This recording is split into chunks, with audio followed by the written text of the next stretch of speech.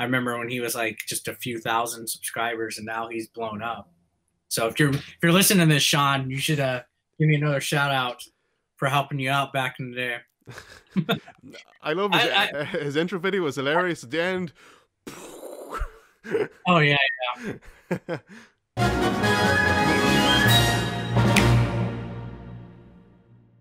Hey guys, Barry here and welcome back to your gaming station, Nintendo Back to Gaming. And here we have a massive guest all the way from the States, LA if I'm correct? Are you in LA?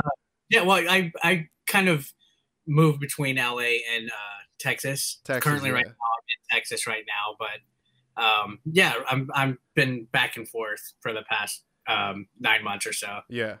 And like this is 8-bit Eric if you don't know. And like Eric, as you know, like I've been following you for a while now, your content. Yeah, appreciate it. And I should hope so. No wonder you're on the show. Like I've been asking you, I guess, for a while to come on the show. But like I said beforehand, we've just so much in common. We both love video games, I guess Star Wars as well, wrestling. Yeah. And I guess just like nerdy stuff as well. Yeah, that's awesome. Yeah. You know, wrestling's been a favorite pastime of mine for probably almost as long as video games. Yeah. Video games happened very young for me. I would probably say when I was about 4. Yeah. And then wrestling popped in probably about 9, 10. So it was, you know, I know a lot of video game, a lot of gamers are also wrestling fans. That's one thing I noticed about my fan base is a lot of them grew up watching 1980s wrestling and things like that. So that's one thing that that always comes up when I do like panels at conventions or podcasts and stuff. So it's cool. I like talking about it. Yeah. So, okay, I guess going into wrestling first, you know, may as well go into it. Like what was the first thing that you saw on TV that was, you know, that was wrestling based? You know, like what got you hooked from the second that you saw it? Like, man, I know growing up, my dad always. I grew up in Texas, so a lot of wrestling that we saw back in the early '80s was like with the Von Erichs and stuff like that. But the first thing that I remember that legitimately impacted me to where I was like, wow, was when Undertaker put Ultimate Warrior in a casket and it lit on fire, and they said that Ultimate Warrior was dead, basically. I remember being terrified, like when I watched that. I was probably like 6, 7. Yeah. That was one of the first things that I remember watching, and I was just like, wow, like it scared me, but it also impacted me. And I remember we used to watch a lot of early WCW also before the Hollywood Hogan and all that.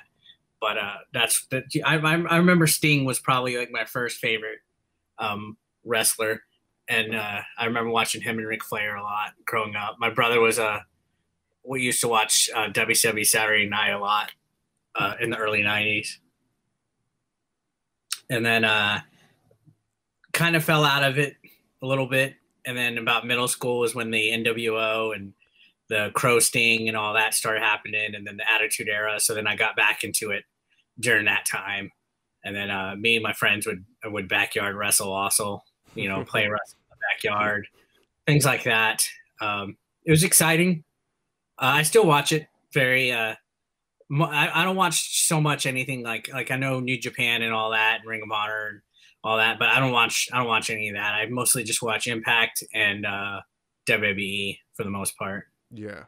Yeah, like I said before, for me it's pretty amazing that you have actually wrestled TNA Hall of Famer Abyss himself. Oh yeah, that was just a couple months ago actually. Yeah. So like tell me like what match type, you know, for people who don't know about it, like what match type did you do? It was Monsters Ball, which is basically no rules, anything goes, no DQ. We used tables, chairs, kendo sticks. We had thumbtacks and barbed wire in the match. Yeah. It was really interesting. It was interesting working him. It was for the RCW Heavyweight Championship, which he currently holds. I've held that belt 3 times. Congrats, by the way. Yeah, thank you. So it was kind of cool. It was the first time in a while that I got a title shot for that belt. So it was kind of cool. And I work primarily as a bad guy, but I don't try to be a cool heel. You see a lot of guys on TV now. They try to be the cool heel, like the Bullet Club and all these guys. And even on NXT, you have Adam Cole and them, and they just try to be cool and get the crowd to like cheer for them. I'm more of an old school heel. I don't want anybody to like me. I don't want anybody to clap for me. I don't want cheers. I don't want anybody wanting to cheer anything that I do. So they definitely hated me that night, and they really enjoyed seeing me go through. I went into the barbed wire, which that kind of did. That really actually kind of hurt. I was scratched out for a while. So, like, tell me, like, what's your mindset going into a match like that one there, in particular, beforehand? Honestly, I just think about how I'm going to get the crowd to react to anything that we do, and that's it, really. I don't really have to get into a zone. It just happens. It's March will be my 18th year actually wrestling. Oh wow! So I started when I was 17. So it's not anything that I mean, sure, I get the jitters and I get a little nervous and stuff, but when you wrestle somebody that's experienced, it's usually fun and easy. So that's how I actually wrestled Lawler in November, Jerry Lawler. So I had Jerry Lawler this year. I wrestled Jerry Lawler, Abyss, James Ellsworth. Who else? LAX, Hernandez and Homicide, from TNA. And then trying to think of who else I've wrestled. Right now, my main home base, we only have 6 shows a month. We used to run every 2 weeks, but now we're bringing bigger talent in. But it's so we can have bigger shows at bigger venues with name talent. Like my next match, I'm actually going to have a couple of TNA wrestlers in it. It's going to be a mixed tag match. It's going to be me and Barbie Hayden, who I believe she's actually going to be. She has wrestled in Impact once or twice, but she's going to be in the new Women of Wrestling, I believe. And then she's also from Texas. She's worked a few local shows that I've done too.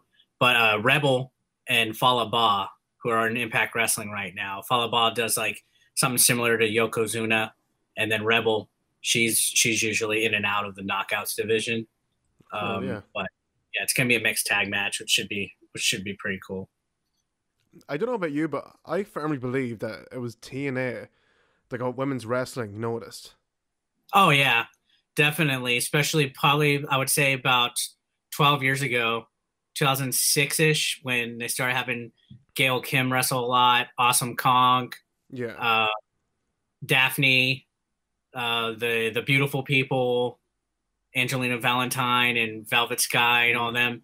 Definitely around the time it was different, because I remember when the Knockouts division came out, they did the whole "we're not divas, we're knockouts," and those Awesome Kong and Gail Kim had some good matches. Yeah, and I do recall about 12 years ago, it was like that was one of the big differences with TNA and WWE was TNA had the X division here, and they also had the Knockouts division. And also the tag division for a little while was pretty good in TNA with LAX and Team 3D and, Beer Money. And Motor City Machine Guns as well. Machine Gun. Yeah. For a while, they had a better tag division, better women, and better, something different with the X division. So I do recall it was a big deal that they had. And also back in the day, the X division also allowed women to be in it too. Because I remember Mickie James, when she was first in TNA, she was in that too. She was in the same time as Punk, wasn't she? Yeah, probably like the early 2003. That this era. Was NWA TNA, if I'm correct. Yeah, I think right around like after their first or second year, they were in that. There was like a whole era where a lot of people came in. They would come in and maybe for a couple of weeks or a couple of months. Yeah, and they would pop in and out. So, like, for me, it was Taryn Terrell and Gail Kim. Yeah. Like, those matches were incredible. Yeah, they had I would say probably like 2011 or 2012, they had that one Falls Count Anywhere match where Taryn like bulldog Gail Kim to like the ground off the stage or something. Yeah. They always show that clip. Yeah. I think she came back recently too, and then she was gone like real quick. Taryn, yeah, and then Gail Kim is back now, but I don't know what she's doing. She's special refereeing the knockouts match because they're doing a homecoming pay-per-view next, and it's going to be at the Nashville, the original building where they first started doing TNA. It's going to be at the Nashville Fairgrounds. I think she's refereeing the match between Allie and who's the women's champ? Taya Valkyrie, I think. They're gonna do something. I bet they're gonna have Gail Kim do like a heel turn or something. Yeah. I see. I actually went to a TNA show. I was in Orlando when I was 18. And oh yeah. We actually, got in for free, and I actually recorded 2 shows in the one setting, So I was there for like 4 hours, It was great. Free wrestling, 4 hours, can't go wrong, like. And this was the time, I think, Christian Cage just left. Like, it was actually Tomko's last show, believe it or not. Oh, yeah. And for me, it was pretty amazing to see Sting and AJ Styles in the ring at the same time. But, like, I personally think that Christian's best time of wrestling as a solo wrestler was in TNA, the 3 years. When they were pushing him as champion. And yeah. And then they had his Christian's Coalition and his stable and all that. It was him, AJ Styles, and Tomko as a group. Like, it was incredible. The whole, like... they had the best wrestling, I think, at the time. But like before he left WWE, like why didn't they push him? And remember, it was Christian, it was Jericho and Cena in a triple threat match for the championship. If I'm correct. Mm-hmm. They should have pushed Christian, I think, and then he just he left. Yeah, he wasn't. I guess at the time happy. He was hot, like red hot, like during that era when he left, he was like very popular, like. That was a bit, and I remember when the Dudleys showed up in TNA too. That was a big deal, because at the time, I think right before that, they were really pushing Raven and Rhino as they kept Raven and Rhino had the belts for a while, and they kind of exchanged that, and then Jarrett would every so often be the champion, and then once Christian hit, that's when they kind of had like a little pattern of guys coming, and then. Of course, when Hogan came in, that's when the Stings and the Flairs and all them, they've had a lot of talent come through the years. And it's crazy to think when you look at it, TNA's actually been around longer than WCW was. If you look at the year count, and they've had, a lot of Hall of Famers from WCW and WWE here. I mean, you think about it, a lot of people have, and Macho Man made a cameo at TNA once. Lex Luger did, Sting, Flair, DDP as well. DDP, Buff, Piper. Goldust, Piper, Dusty Rhodes. Like almost everybody who's anybody has popped in on TNA at least once. With the exception of big guys like Stone Cold and The Rock and Triple H. Almost everybody has. I think at one point there was a rumor going around that Edge was going to go to TNA around the time that Christian went over, like a year or two later. Oh yeah, There's a rumor, but then I think he re-signed, and that's when they gave him a big push with the World Heavyweight title, and he was wrestling Alberto Del Rio and all that. So pretty interested. Yeah, but like I don't know how like it's insane to think that.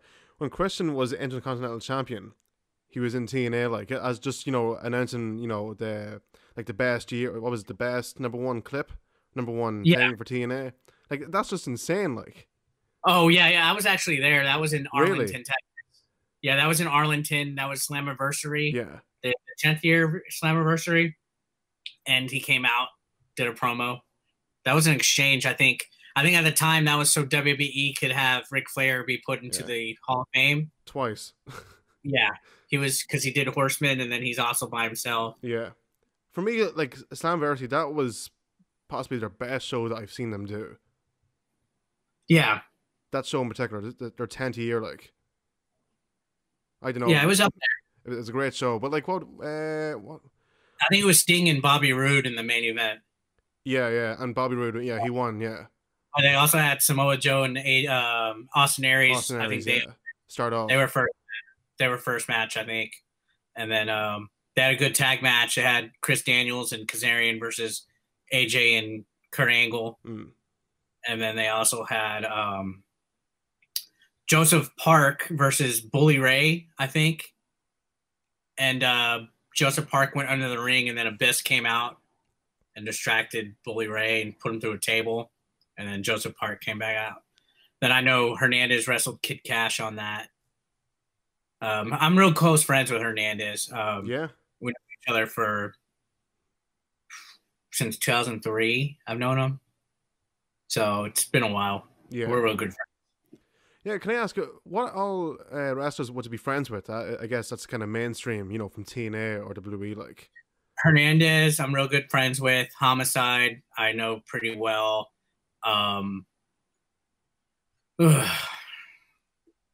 I've wrestled in different same companies as Ember Moon has, and I've known her since 2006. I'm not real close with her, but I've known her for quite some time.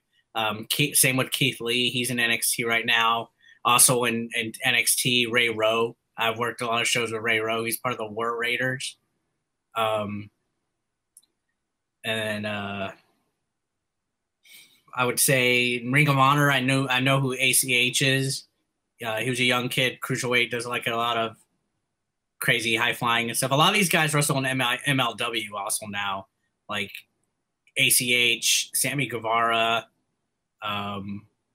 variety of different young guys have come through in Texas. But friend-wise, real close friend-wise, my closest friend is Hernandez.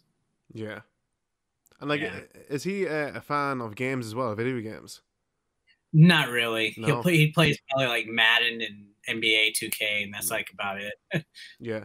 No, but it's just it's kind of cool to see that you see loads of wrestlers that would be fans of video games that you wouldn't think that they would be, Well, yeah. You watch Xavier Woods' channel, and you see like people pop in on there, and I think they do an annual Madden tournament too on there. Was it like years ago when I was on Facebook? Thankfully, I'm off. But I was Jay Lethal was actually one of my friends on it. Yeah. I talked to him, a couple of times, but he seemed pretty cool, like.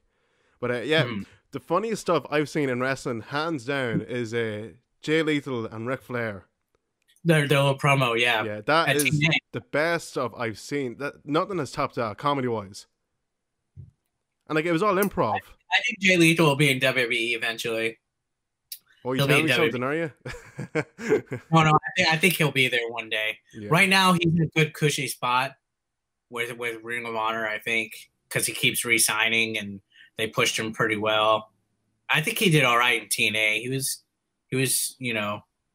they used him pretty good, but I think, Ring of Honor has been his biggest break. But I see eventually, when guys stay away from, WWE, like right now, Cody Rhodes and the Young Bucks and Jay Lethal and Kenny Omega, they're just raising their value. It's kind of like when you have a company, and people want to buy into it and they give you an evaluation, like let's say we're running a company right now and they're like, oh, Google comes and says, we'll buy y'all for $1 billion. And you tell them no, that automatically values your company. So like every time a wrestler doesn't sign and then tell WWE no, that just boosts their value, Yeah.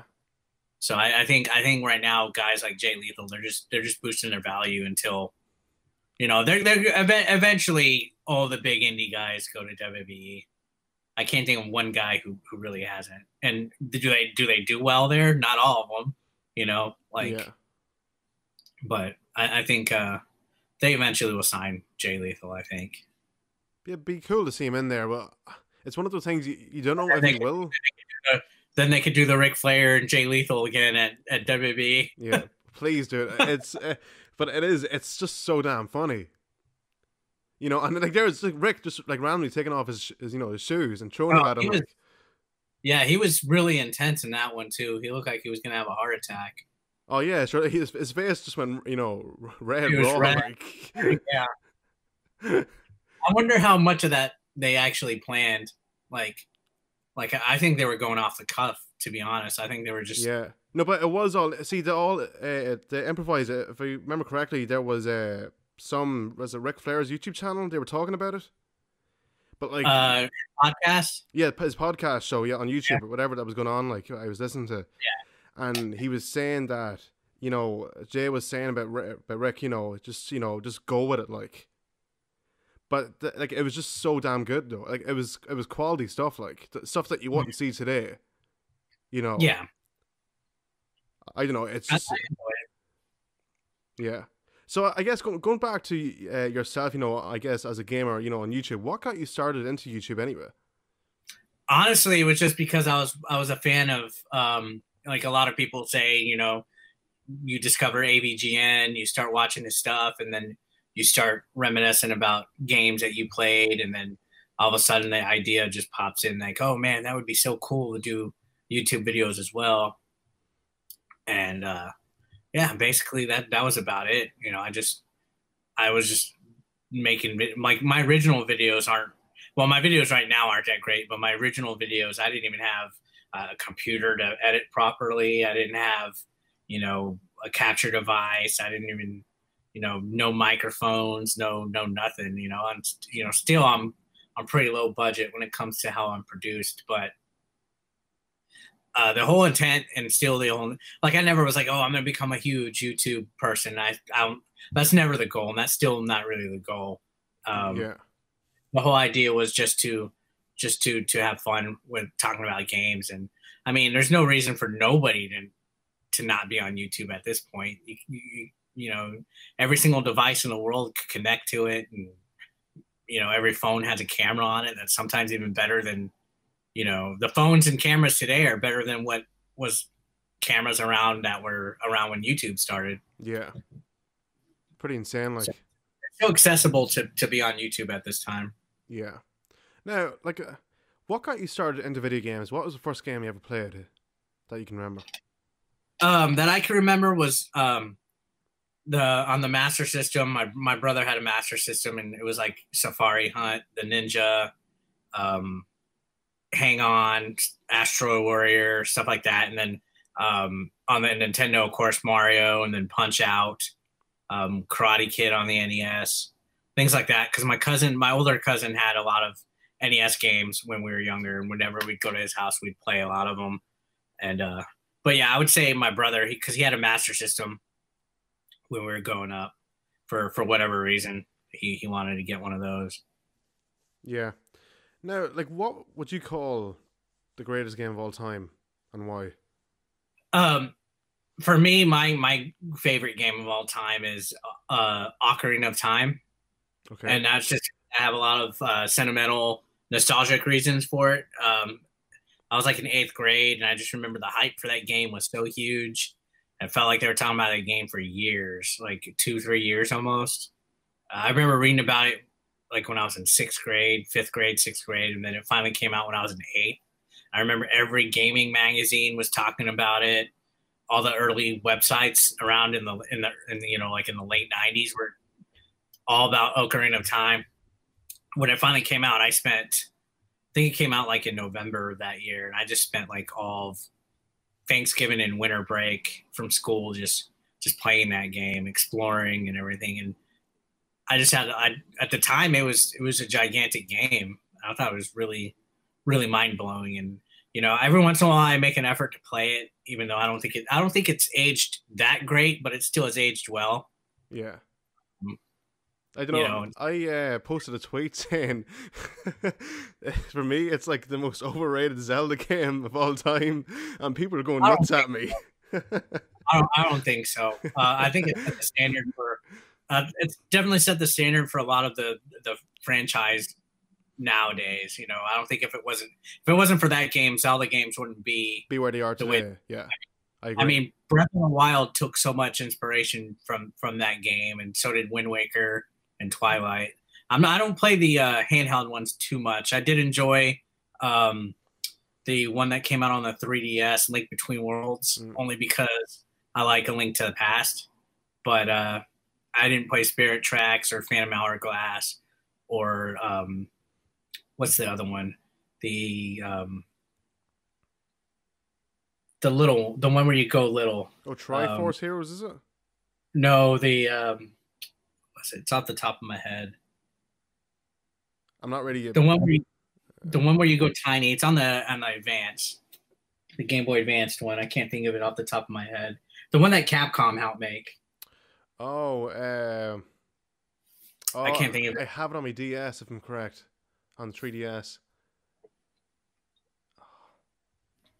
I know what it is. It's just like I have to look it up. Gotta look it up. But yeah, I know. See, as a Zelda fan, the first one that got me, I guess, liking Zelda was Twilight Princess. Yeah, I guess I enjoyed the realism. You know, I guess visual, like graphics and stuff. But I mean, it's just so dark and stuff. Yeah, that one was really good too. It was the heck was it? I know what it. Minish Cap. The Minish Cap. Yeah, that one. I haven't played that one. But yeah, Twilight Princess, Wind Waker, and Skyward Sword. And I would honestly say, in order of my preference of Zelda games, I would say Ocarina of Time is my favorite. Second place, I would put Wind Waker. Third, I would put Twilight. Fourth, I would put Link to the Past. Fifth, I would put Skyward Sword. And then I forgot about Breath of the Wild. Breath of the Wild probably before Link to the Past, and then Link to the Past and Skyward Sword.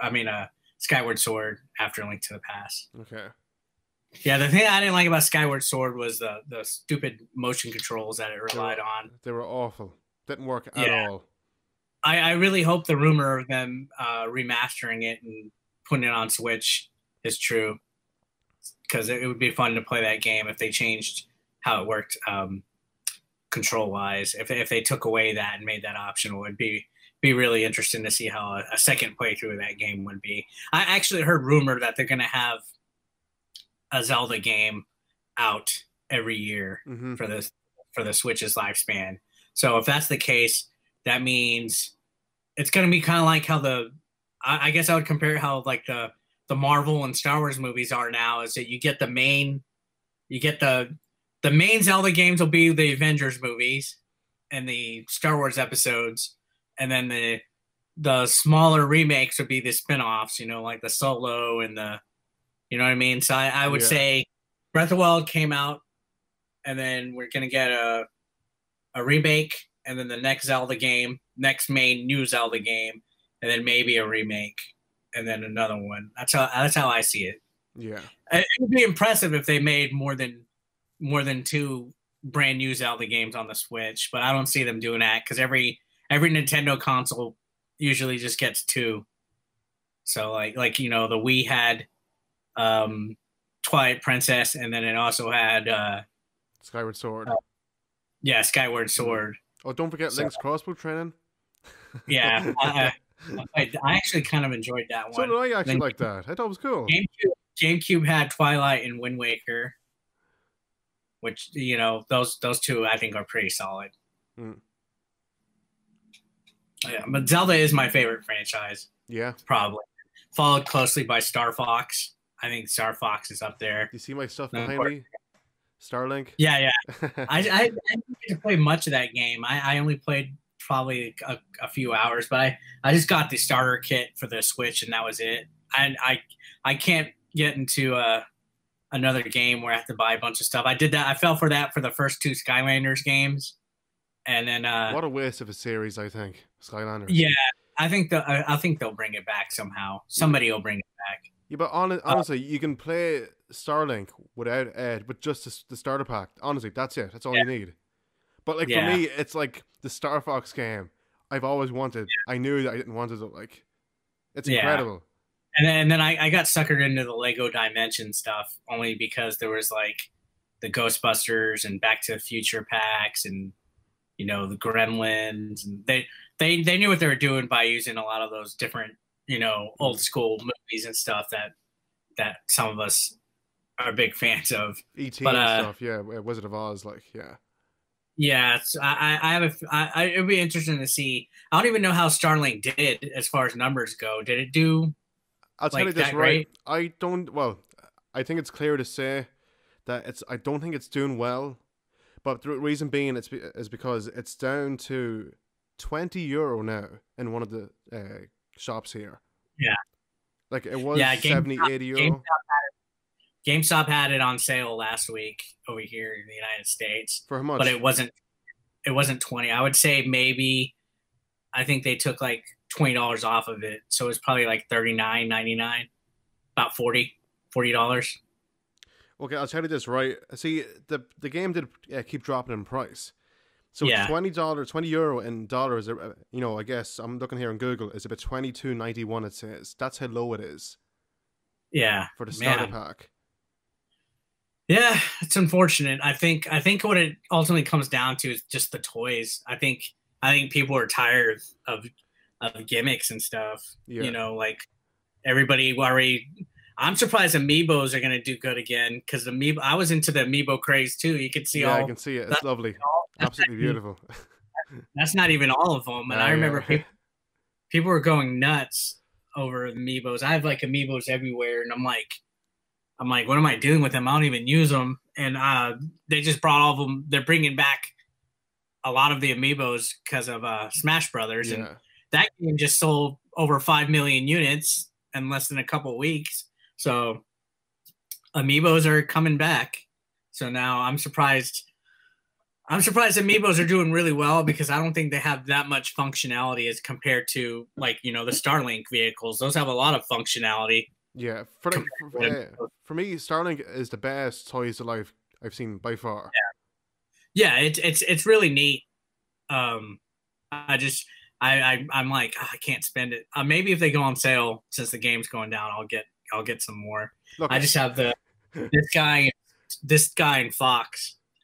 Mason, yeah. But see, okay, Eric, look, come to Ireland. Literally, all the toys are like low as hell. All the ships. Look, this is how bloody dedicated I am to Starlink. Okay, watch this now. Mm-hmm.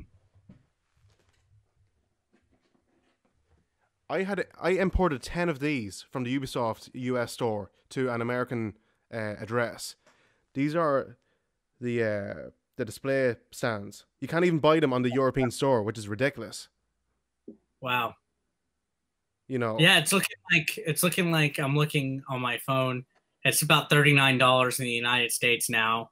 I paid I think when it came out, it was like $80, wasn't it? Yeah, full price I paid for it, which I didn't mind at all because it's an amazing game.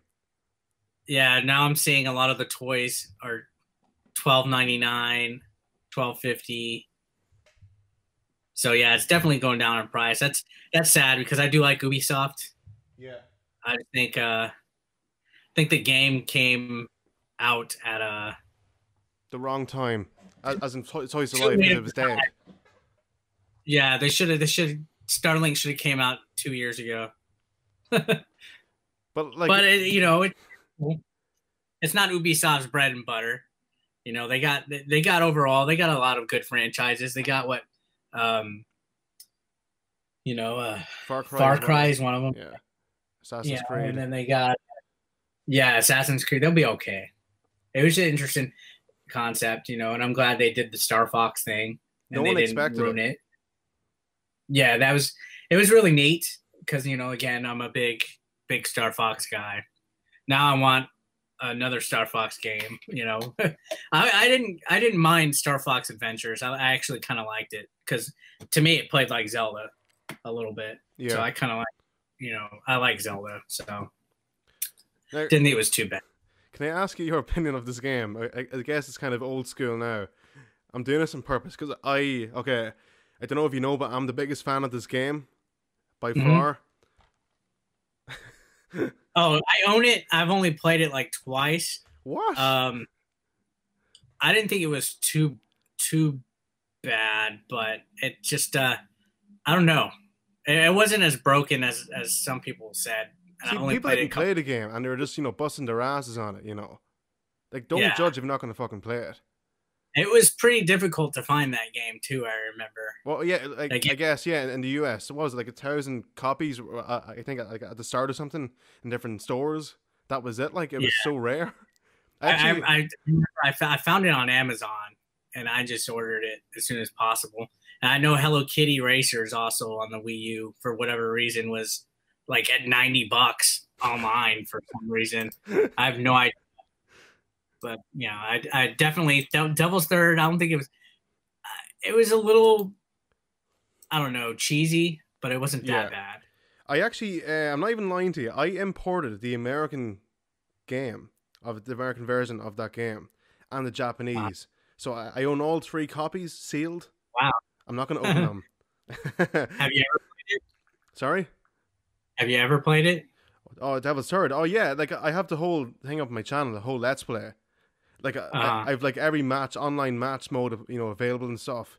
But it was, I guess, like when they released, kind of, re-released the online function, as Rockshot on Steam, and then it got cut off very quick. The servers, like. Yeah, that's very unfortunate. It's like, what are you doing, lads? That game came out pretty late too. Yeah. I remember it was come out a lot earlier, and then I remember reading about it. People were like, "Oh man, this is gonna be the rated M title we need on the Wii U," and then it just took a while, and then came out, and then people were just tearing it apart, and then it became a must find, like hard to find Wii U game, and everybody's reselling. I remember people were reselling it, and I do own a copy, but I opened it, so yeah. It's over there somewhere on my Wii U shelf. Beautiful game. Wii U, man, that console. It's very mixed. I think I'm about 50-50 on my opinion of it. Really? Because, yeah, like, I'm all for it, because I know a lot of people are upset that the Switch is getting ports of Wii U games. Mm-hmm. But to be honest, I'd rather play all those games on the Switch than plug my Wii U in. Like, I'm waiting for Mario Maker or a Mario Maker to be on the Switch, because that's like the only other game. I wouldn't mind a Devil's Third Switch port. That would be just nice. Port it over. I bet you that game would sell more on the Switch, hands down. It would sell more on the Switch. I bet you Hello Kitty Racer sold more on the Switch than the Wii U. I bet you the Hyrule Warriors game. I haven't looked at numbers, but yeah. If it'll definitely probably sell better on Switch. Sure, like check out Donkey Kong Country, Tropical Freeze, and like even Captain Toad as well sold more. Yeah. So I don't see any reason why not.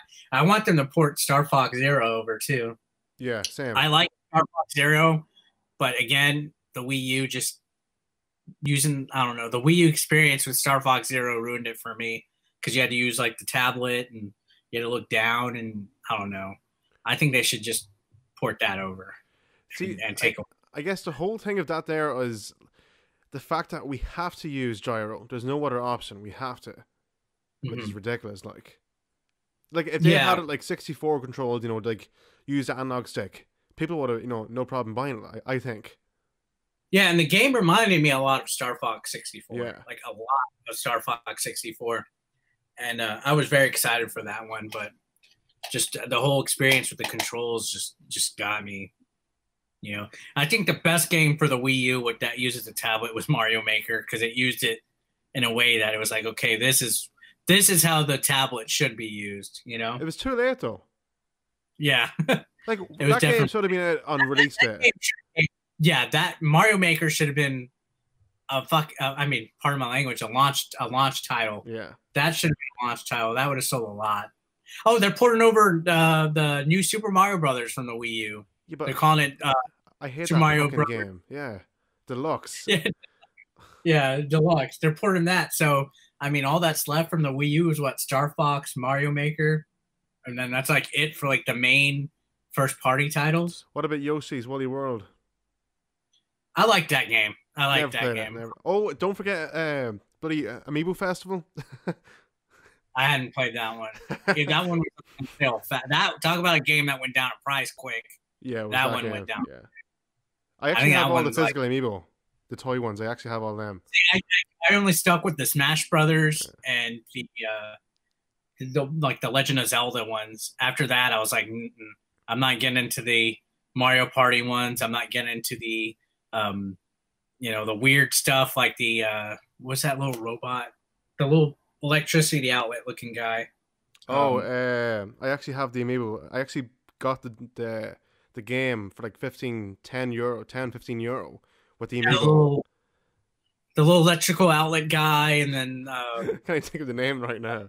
Animal Crossing ones. I didn't get it. I'm not a big Animal Crossing guy to begin with, so I was okay with not getting those. Yeah. But if they were to throw in some Star Fox ones or some Punch Out ones or something, I definitely would be up for those. But I had to, at one point I had to stop myself, and I just got the majority of the Smash Brothers ones, which I guess now they're going to be brand new Smash Brother ones because there's new characters like Simon Belmont and Ken.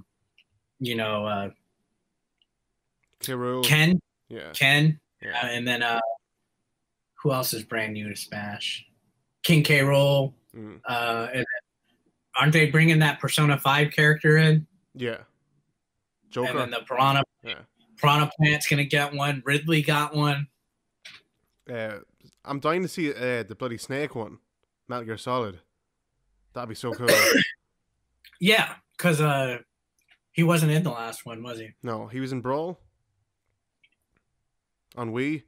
But yeah, I guess me and you have this love of this game, horror game on Switch. Well, it's on Wii U as well and PC. Vaccine. Oh yeah. Vaccine. Yeah. I actually watched it before. Sorry. Yeah, that was another game that got a lot of bad reviews too, and I could see why. But I mean, I thought it was interesting and I liked it, and that came out in a weird time when a lot of Switch games were permadeath games and procedurally generated, because like around that time you also had like Has Been Heroes, you had Tumbleseed, you had Binding of Isaac, and you had like all these games that were just insanely hard that were just coming out on the Switch. And it's like, man, I can't beat any of these games because every time you play, it's a whole new random experience, or you die, you lose all your items, and yeah, it was a very interesting time. The early part of the Switch was interesting, and then now it's like every week you get so many games on the eShop. Because at first with my channel, I was able to keep up, and I'd be like, okay, so this week these 3 or 4 games are coming out, and I would be able to review all of them. I'm like, boom, got all of them. And then all of a sudden one week it's like 18 games coming out, and it's like, oh man, there's no way. And then it's like 20, and then it's like 10, and it's like, then you get all the arcade archive games coming out. Then you get, the Nintendo Switch Online games coming out, the NES one now.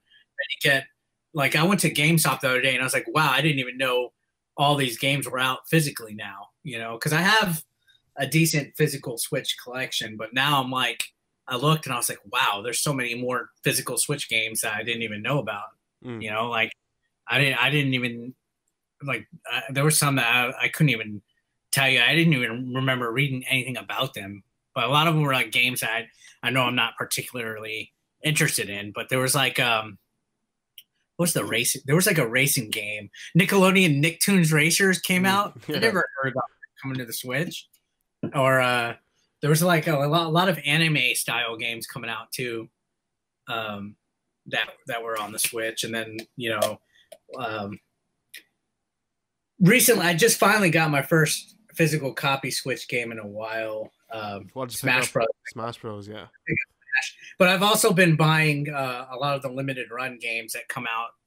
Like I'm probably gonna order Shantae, the half genie hero, because that ends tomorrow. So I'm probably gonna order that, even though I have it digitally on the Switch. But a lot of what I do is, if I own it digitally and I buy it physically, I just don't open the physical version. I keep the digital version on my Switch instead.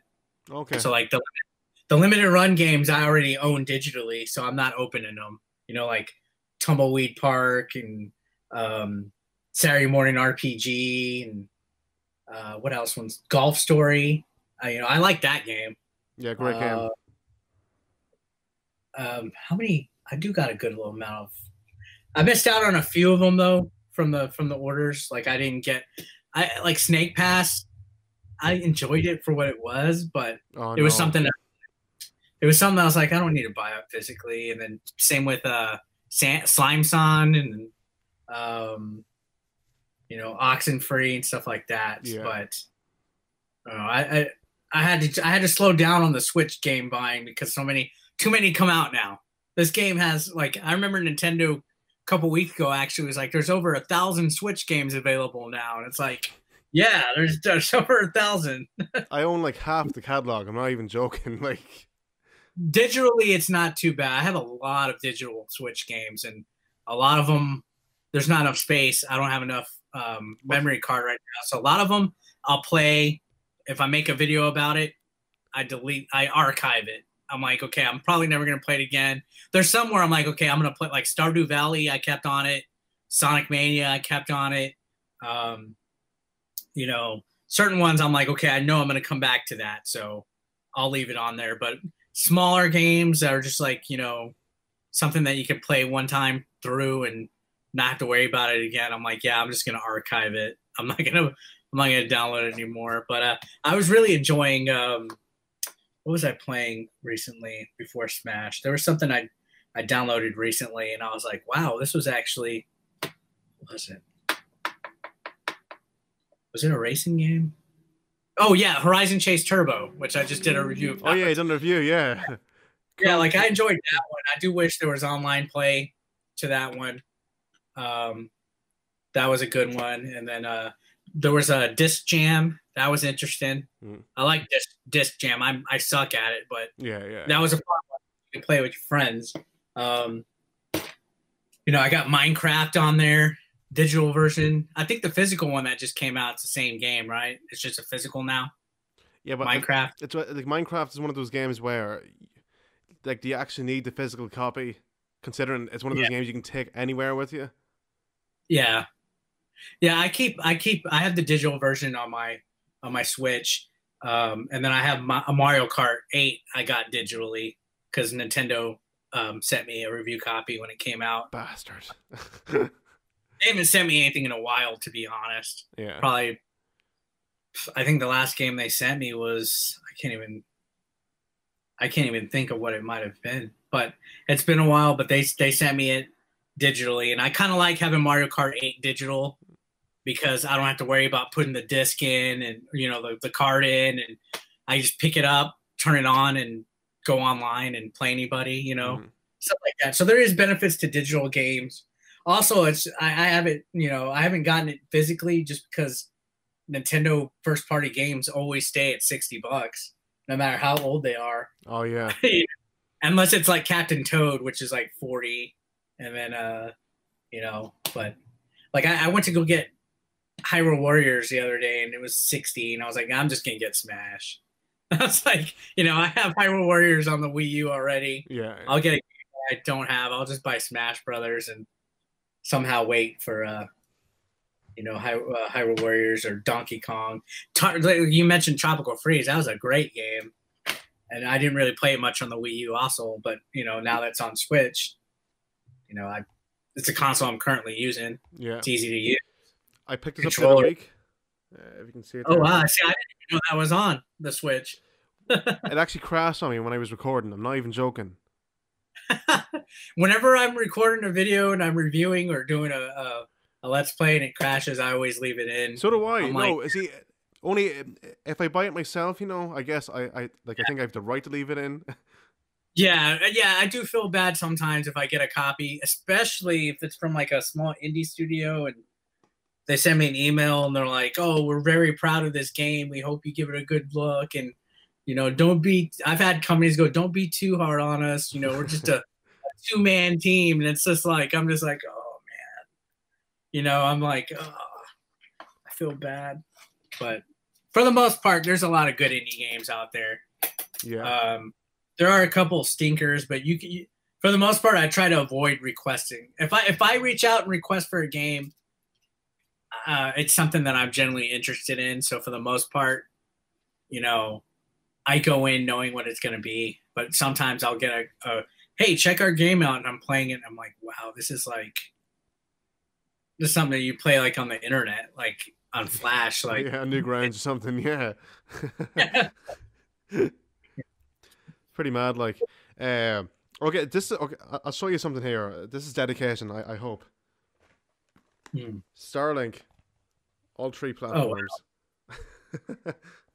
I hate that the Switch versions of any game that you need to download stuff have that stupid banner on the top. Yeah, I hate Put it that. at the back of the cover. Yeah, why couldn't they put it on the top of the back? Like, I don't get it at all. You see, the reason why I own all 3 copies is to do a comparison. No one has done a comparison of all 3 versions together at the same time. Now, here's my question. I'm not knowledgeable in it. Does each console starter kit have like an exclusive ship? Like, No. is the PS4 one? See, that would have been interesting if PS4 had an exclusive ship, Xbox had an exclusive one, and Switch had an exclusive one. Yeah. Well, obviously, Switch is Star Fox, Arwing, naturally. Xbox and PlayStation have the exact same starter ship. So everything that you get in the Xbox is the same as PlayStation. Yeah. And see, the physical one that comes with Xbox and PlayStation, it comes digitally with the Switch version. Mm-hmm. So like you're you're sort of there, Like, so you're getting like a bonus ship that the other 2 versions don't have with the Arwing. Yeah, the Arwing is the bonus ship. Like, I actually tried sticking the Arwing onto the Xbox version. Doesn't work as expected. Yeah, that's funny. Although it is interesting that Microsoft is starting to do a lot of cross-play stuff with Nintendo, with PC, Switch games. Yeah. So that'll be interesting to see if maybe there'll be something one day. I hope Microsoft lets Nintendo use some of their rare games characters eventually. That would be cool. Like maybe put like a Banjo game on Switch or something. Yeah. I think. See, at that point, I'd be like, why not? It's money that Nintendo is going to give me for using something that I own. It's kind of like with Disney buying Fox, because if you look at it, Disney's buying the rights to like The Simpsons and stuff like that. X-Men as well, kind of, they can use it properly. Yeah, Simpsons is still going to be on Fox, but Fox is going to be paying Disney to use something that they originally. You know what I mean? It's like that's what I would do. You own the rights, use them. Sell them, license it.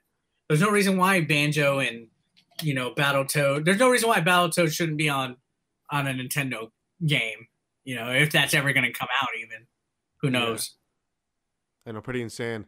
So I guess like you're a fan of Star Wars. Yeah. What would be your favorite Star Wars movie so far that you've seen? Oh man, it honestly changed after Episode 7 came out. I would say. Wonderful. I would say growing up, Return of the Jedi was my favorite. I probably would still have that one at number 1, and then I have Force Awakens at it's top 3 for me for sure. Probably number 2. When I was younger, I didn't like Empire Strikes Back. Now I like that one a little bit more. The more I watch A New Hope, the less I like it, to be honest. Yeah. Just because I'm like, man, this is so long and slow, and it takes a while to get going, and then it's still a good movie. That's, of course. So I would say growing up, it was Return of the Jedi. If we're going to go with the first 6, I would say Return of the Jedi, A New Hope, Empire, and then after that, I would put Episode 3, 2, and 1. But now that new movies are coming out, I would say I would say Return of the Jedi, Force Awakens, then I would put Empire, then I would put A New Hope, and then I would probably put, now that I'm older, I actually like the prequels a little bit different. I'll put Episode 3, 2, 1, and then I would say Last Jedi is my least favorite. I did not like Last Jedi at all. So like Mark Hamill didn't bloody enjoy the story of it. Yeah, I've only seen Last Jedi once. Anytime somebody's around me and they put it on TV or somebody tries to watch it, I immediately say, no, let's don't watch that, or I leave or walk out. I don't watch it at all. Like I just now I did like Solo. I did like Solo a lot. Very funny, I thought. And I did like Rogue One a lot. Yeah. I think I saw Rogue One 4 times in the cinema. I think I saw it 2 or 3. Yeah, Rogue One, it's so different, from like there's one lightsaber in the film. That's it. Yeah. So I enjoyed those spin-offs, and I think unfortunately Solo didn't do so good because of was it Deadpool? What was that near that time? Or was it Avengers? I can't remember. It was a different I think it was in the summer, the same time in the spring, summer, but it wasn't the same week. I think Solo didn't do so good because of how the reaction to Last Jedi was. So everybody was like, "Oh, we're not gonna support any of the other movies and stuff like that." So I think that was the issue. I actually have the Han Solo dice in my car, hanging from the mirror. In a monthly subscription box that I have, the BAM box. I don't know if yours are similar to what these are, but I have them. Yeah, they're the exact same ones I think I have. Yeah, they're pretty cool. Came in a BAM box. I used to carry them around in my pocket, actually. Yeah. You know, I might put them in my car. I know they tried to make a big deal about the dice in Last Jedi, and then because I guess Solo was the next movie. But see, the thing is, I think my first proper Star Wars experience was Phantom Menace. Yeah, and I think to this day, Darth Maul is still the most badass character in Star Wars history.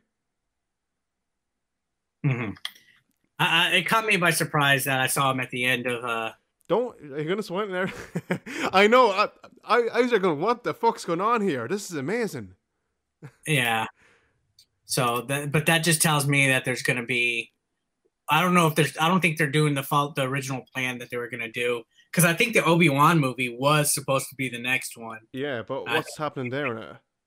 I think they canceled it because Solo did so bad, and now I think they're going to do a Mandalorian instead, which is the Boba Fett story, I believe. And I think they casted. I forgot who the guy that they casted as Boba Fett, but that was a movie that people were waiting for. Because to me, the vibe I got is after Solo, I was like, okay, they're going to keep doing like movies with Solo. So I was thinking, Solo will be the first one, Obi-Wan and Boba Fett, and they'll put like a trilogy. Like those will be the Solo trilogy. You know what I mean? Like I think they're going to connect those together. But I think now Disney panicked because Solo didn't sell as good as they hoped. So we'll see what happens. To me, I'm okay with them not making so many spin-offs. Like, I'm okay with that. Yeah. Because not everything needs to be like the Marvel Cinematic Universe. There doesn't need to be a whole bunch of interconnected, stories and stuff. Yeah. Now, was there word on like a Yoda movie as well? I can't remember. I don't recall, but I do know that Boba Fett and Obi-Wan were for sure. And then I think I know for years they've been talking about having a television series for Star Wars, but they haven't done it. Yeah, but that's coming out to Disney Plus. Their streaming service, yeah. There's a live action Star Wars series, if I'm correct, yeah. Nice. I know years ago they were thinking about doing Adventures of Young Luke Skywalker, but this was like in the 90s when that was a rumor. And I wouldn't have minded that. I think that would have been cool. Yeah. So I guess what would be like your top indie games for anyone buying a Switch, getting a Switch, Horizon off Santa and stuff like. Yeah, Horizon Chase Turbo for sure. Stardew Valley is another one that you must have. Of course, Shovel Knight was great. That one was on everything though. That one transcended being just an indie though, because they got an amiibo for him now, which I'm surprised he's not on Smash. Maybe he will be. Who knows? Let's see. Can't think of off the top of my head. Dead Cells was another good one that I had to play. I didn't make a video about it, but Dead Cells was one that was good. There's constantly just a constant flow of it all the time, and I'm trying my best to check them all out because I know a lot of people that watch my channel say they appreciate that because a lot of games could fly under the radar, and I've seen some cool stuff come out. Like even just a couple of years ago, Axiom Verge was a good indie game that was like Metroid. And even though a lot of these games kind of, I wouldn't say rip off, classic franchises, it's good that some people are using, what people like to play, like It'll Do. That's like a Zelda clone, and that one's good. They have 2 games on the Switch, actually. I think It'll Do 1 is download only, though, because that was also on the Wii U. Is that on Switch? No, because I know It'll Do 2 is on Switch, but I haven't seen one on Switch. I think the first It'll Do might be download. Don't quote me on that, though. Yeah. But I think it would be. I really enjoyed that one. It'll Do was real short. I haven't played part 2. I think it's a little bit longer. I have a weird confession. Sorry, but It'll Do. I actually thought years ago it was called Little Jew. Oh, yeah. It'll do. Yeah. Yeah. It's because it's a word like, oh, it'll do. Yeah. And then there's some stinkers though that don't get ported over right. Like the Hello Neighbor Switch port isn't as good as the PC one. Of course, I also think I like what's that car game? The soccer one. The car? Oh, this. What is it? Is it a racing game or a soccer game? Sorry. The soccer game with the cars. I can't think of what it's off the top of my head. Oh, I used to play it all the time on PS4. This is gonna wreck my head. I know what it is. Rocket League. Yeah. Yeah, the Switch version isn't that great, but that's a good indie game. If I would say get the Switch version if you don't have it on PC or PS box already. Have you picked up Firewatch on Switch? I have not, but I do have it on PS4. I really like that game, but that's one of those games that you play through it once. Did it come out physically on Switch? No, but I think the Limited Run will do a physical release next year. I have a feeling Limited Run's going to do Horizon Chase Turbo also because that game did really good. I have a feeling. I'm going to ask them because I'm friends with the developers as well. So yeah. I think Limited Run is I'm predicting that that will be one. And then there was a big indie game that came out earlier. What was it? I've played so many of these Switch games I can't think of off the top of my head. There's too many. There was one that came out recently, and I was like, no, there's no way this is not going to stay just digital. I was like, this is going to come out physically eventually. Let's see.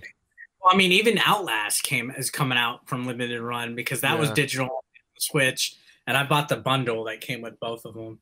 Nice. There's so many that are coming out.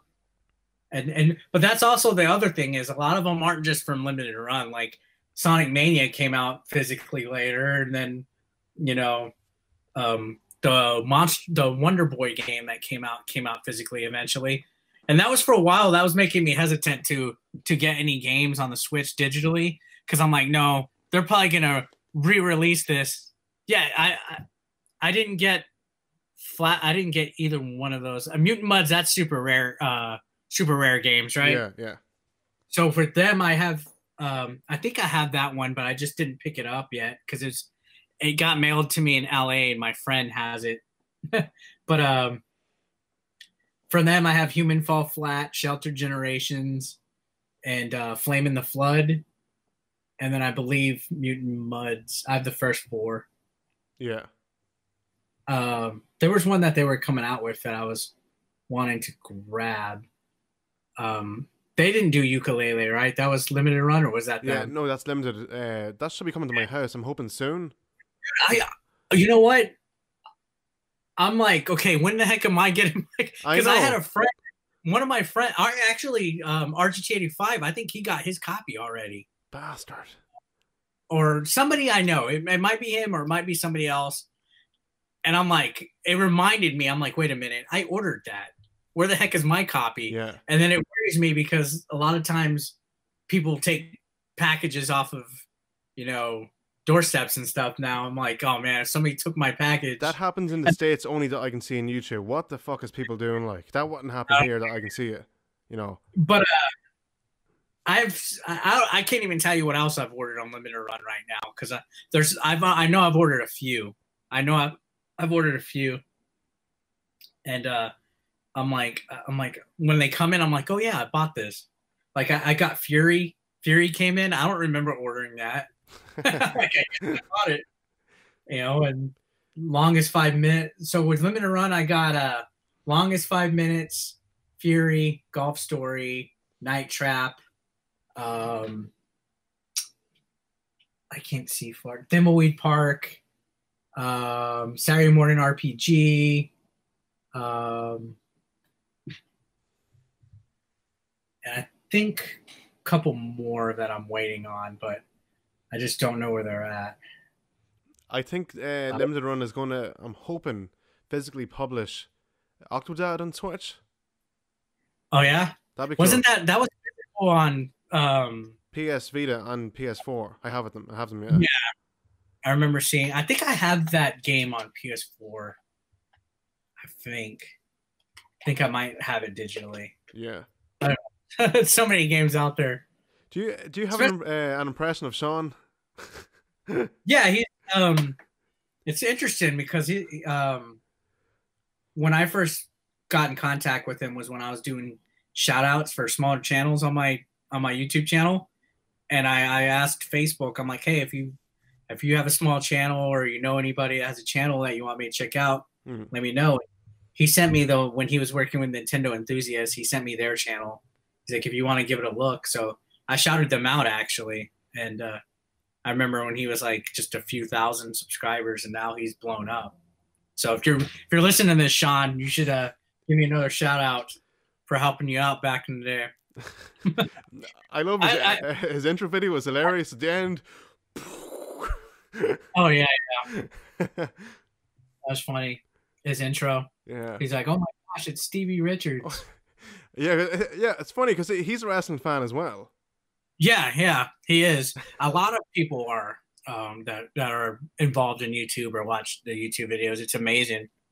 But I guess it's because anybody that's around the age of like, I would say anybody that's in like their late 20s to like their like later. Yeah. A lot of us watched. Everybody that was around in the Attitude Era watched. Even if you weren't the biggest wrestling fan, everybody was aware of like Stone Cold and what? The NWO and all that. Yeah. It was so big in the late 90s and early 2000s. You couldn't get away from wrestling. It was everywhere. It was so mainstream at the time. Yeah, definitely wasn't. And you had movies. And every day there would be like a documentary or like coming out, like Beyond the Mat, or like TLC used to do a lot of wrestling documentaries and stuff. Yeah. But speaking of, the Andre documentary that came out last year was really good. I like the Andre the Giant documentary. Didn't see it yet. It's really good if you have a chance to check it out. It was on HBO. So if you have HBO Now or HBO Go, the two apps, I think it might be on HBO Now. If you want to check that out, it's on there. It's pretty good. Now, would you ever give acting a shot by any chance? Huh? Acting. Would you ever give it a go? Yeah. I made a small cameo in one of my friend's movies recently in California. I didn't have any lines. I was just in the background. But Game Chasers are going to be making a movie pretty soon, and I have a pretty big role in that movie. I read the script already, and going to have to memorize a lot of lines. Yeah. I wouldn't mind doing acting. I think that would be interesting. Yeah. No, I guess because I'm a stage performer myself. Oh yeah. Yeah, so like I do, I guess singing musicals and stuff, But I mean, like from a performance aspect, I love the storytelling of wrestling as well. I would consider it, but at the same time, like I know, like you put your body on the line, every single time you're going into a ring, like you're putting your life on the line, literally, each time you go in, because like the smallest thing could bloody kill you. Well, yeah, that's true, and you could get hurt at any time, but that doesn't scare me too much because I think you're putting your life on the line the same as if when you go drive your car somewhere. True, yeah, or but if you ride a plane, or I don't know. To me, it's the same amount of danger, even though you have somebody else risking your body. Like if somebody else picking you up, you're risking them dropping you on the head, which I could see that. And I try not to think about that, honestly. Yeah. Sorry if I disturbed you. No, no, it's cool, but yeah, I try not to worry about that too much. Yeah. Actually. Oh yeah. Sorry, go on. Oceanhorn, was that Super Rare Games or was that limited run? Where? Hold on, I actually have that. Hold on. I think that was Super Rare. Or no, that was on their own, I think. I didn't mean to interrupt. Sorry, yeah, it was limited run. I have it here, yeah. You see, once I buy the physical, I just delete the digital copy. See, what's weird is they don't have the limited run logo on the but bill. On the back door they do. Yeah. Interesting. I didn't mean to interrupt. I saw that I had it. Yeah, pretty cool game though. Yeah, it's a little, a Wind Waker clone a little bit. It's nice. A little bit of a Wind Waker. Yeah, so I actually have a gimmick for wrestling if I were to become a wrestler. Oh, yeah? So my birth name is actually Marius. So I'm adopted originally from Romania.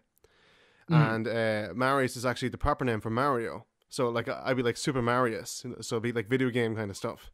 And like if I fancied some kind of girl or some female wrestler, like I'd be there going, oh, Princess Peach or something, try and steal them away, but yeah, you just have to be careful about copyright. Yeah.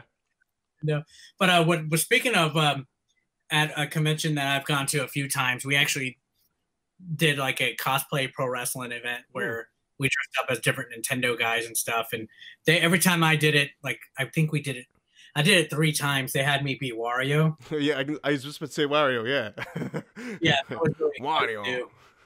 Yeah, it was a good time, and the last time I did it, we had a Waluigi that tag team with me, so that was really fun. It was a real good time, and it's a lot easier because you can just go out there and just goof around because you're just playing. Everybody knows you're just playing a cosplay gimmick, and it's not too bad. I saw a video of a guy. Was he dressed as Elmo? I can't remember what was going on. But I don't think he wrestled though. I'm not sure, but I do know there's. I think I've seen that somewhere. I think I know what you're talking about. Yeah. Now, okay, I don't know if I can ask you this, but from what you see, I guess, on WWE TV, who do you think is the safest guy to work with?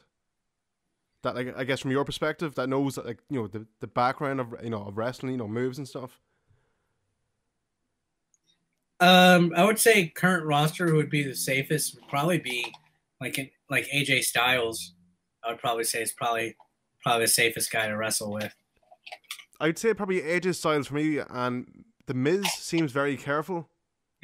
Miz, AJ. I would say Miz and AJ, and probably Daniel Bryan. Daniel Bryan would be safe. The people that would scare me would probably be like Seth Rollins. I'm sorry, but I don't like him at all. I don't like his character anyway. But I mean, I blame him for Sting's career. I really do. Yeah. I mean, yeah, it was definitely unsafe. And then of course Finn Balor got hurt by him. And then he busted. I'm not like a fan of Cena's character, but he busted Cena's nose as well. Yeah, accidents happen, but yeah, that was like. A little too much, but he's also a really young guy. Even though I wouldn't.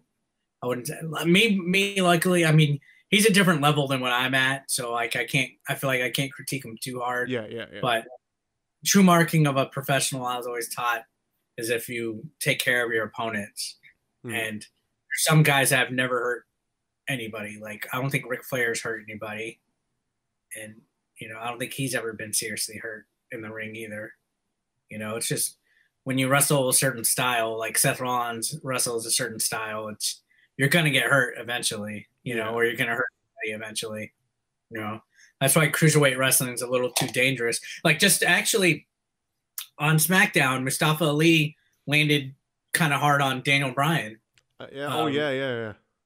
Move. So I mean, there's only so many times you could take or give a move before you get hurt or somebody else gets hurt. So I it's just, you got to adapt, and that's why some guys they wrestle certain ways because it's safer. You know. Yeah, like Cena only does the same stuff, but you know he's being safe. Yeah, yeah, that is a good point though. But I mean, like that's the same with me. If I was, to be a wrestler, my I guess my goal would be the safest guy to work with. Like I'm not personally into all this all this quick shit. I feel they try to make you go faster than you should be going than you can, even if that makes any sense. Yeah. I just don't see all the need for all. No, because I'm like yourself. I'm old school. Like all this math stuff. Like Chris Jericho, he's over 1,000 holds. He can, he's so good in the ring, but he doesn't have to keep running. I guess going fast the whole time. Yeah, I've been luckily to not hurt anybody, and I have not had any serious injuries. Now I've been landed on pretty hard, and I've been dropped on my head, but I haven't hurt anybody either. And I'm kind of proud of that too. I haven't really, I'm like, I would feel so bad if somebody had to go to the hospital in a match that I was in. Cause I've seen guys get legs broken and stuff like that. And that hasn't happened with me yet. Good stuff. Yeah. Now, I guess here's some kind of trivia about my channel, channel name. Impact is actually taken from TNA Impact. That's where I took it from, yeah. Believe it or not. You should just take the font that they used to use, the old red Impact logo. I prefer the old school style. Like the old 2005 look. Yeah. Because now it's just white and blue, and it just kind of looks too plain. Yeah, but like that GFW green, that neon kind of bright green was horrible. Oh yeah, when they were doing that with Global Force, what was Jarrett thinking? I'm sorry, but I just don't think he's that bloody good. No, I think his character is kind of overrated.